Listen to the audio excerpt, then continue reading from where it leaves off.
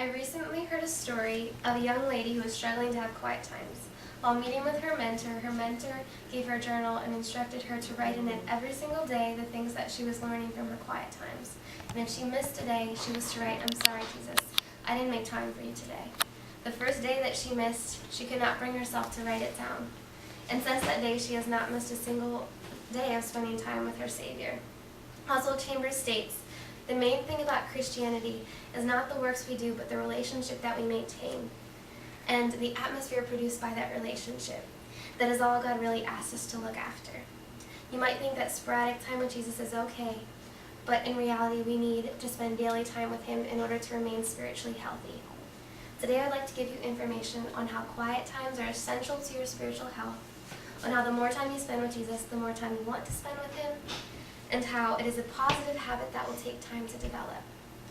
Quiet times are essential to your spiritual health. Francis Chan writes in his book, Crazy Love, that the fact is that nothing should concern us more than our relationship with Jesus. It's about eternity, and nothing compares with that. God is not something that can be tacked onto our lives. Just as we need food to survive, we need spiritual food to survive. In Exodus 16, we see God providing manna for the Israelites as they were in the wilderness. And God told them, "Take enough for each day. I will provide for you each day. And if you take more than enough, it's going to spoil."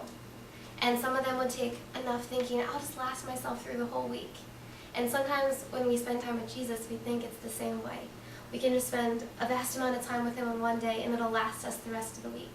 But it's a daily practice of filling ourselves with the word of the Lord and with His truth. And Brother Lawrence states in his book, Practicing the Presence of God, if we only knew how much we needed God's grace, we would never lose touch with Him. Which leads me into my next point of how the more time you spend with Jesus, the more time you want to spend with Him.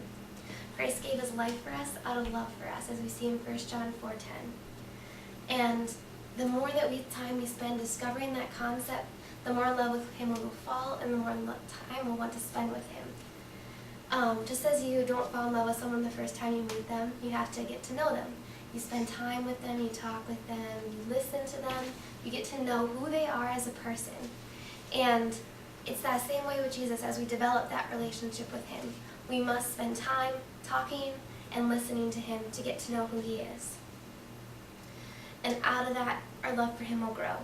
And it's a positive habit that will take time to develop. Some psychologists say 6 weeks, some say 21 days, but in reality, it takes each person their own amount of time to develop a habit. So look at what motivates you and what makes you say, "Yeah, I want to get that done," and use that to motivate yourself to make daily quiet times a habit for you.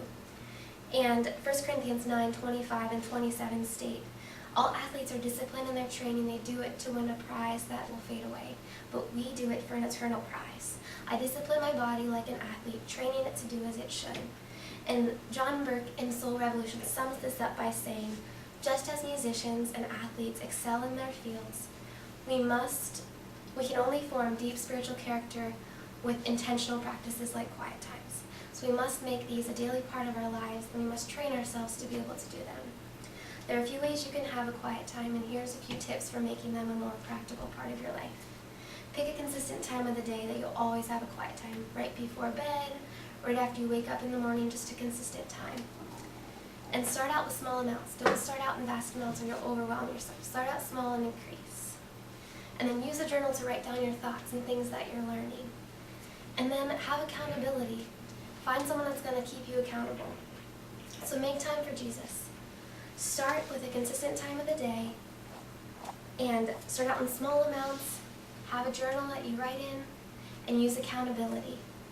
So today we've learned how quiet times are essential to your spiritual health, how the more time you spend with Jesus, the more time you want to spend with Him, and how it's a habit that will take time to develop. So you might think that sporadic time with Jesus is okay, but in reality we need to spend time with Him every day to remain spiritually healthy. To prevent ever having to tell Jesus, I didn't make time for you today. Look at your lives and examine, where can I set apart time just for Jesus? As we set apart time for meals and for sleep, look at where I can set apart for time to remain spiritually healthy.